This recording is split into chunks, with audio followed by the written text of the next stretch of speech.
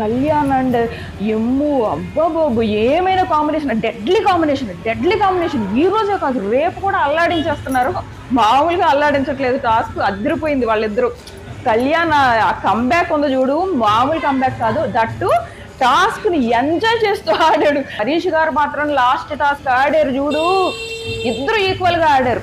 కళ్యాణ్ చాలా తెలివిగా టైర్ తో తన్ని లాక్ చేసాడు, కానీ హరీష్ గారిని చాలా చాలా బాగా ఆడారు ఆయన కూడా. అండ్ రాము కూడా బాగా ఆడాడు.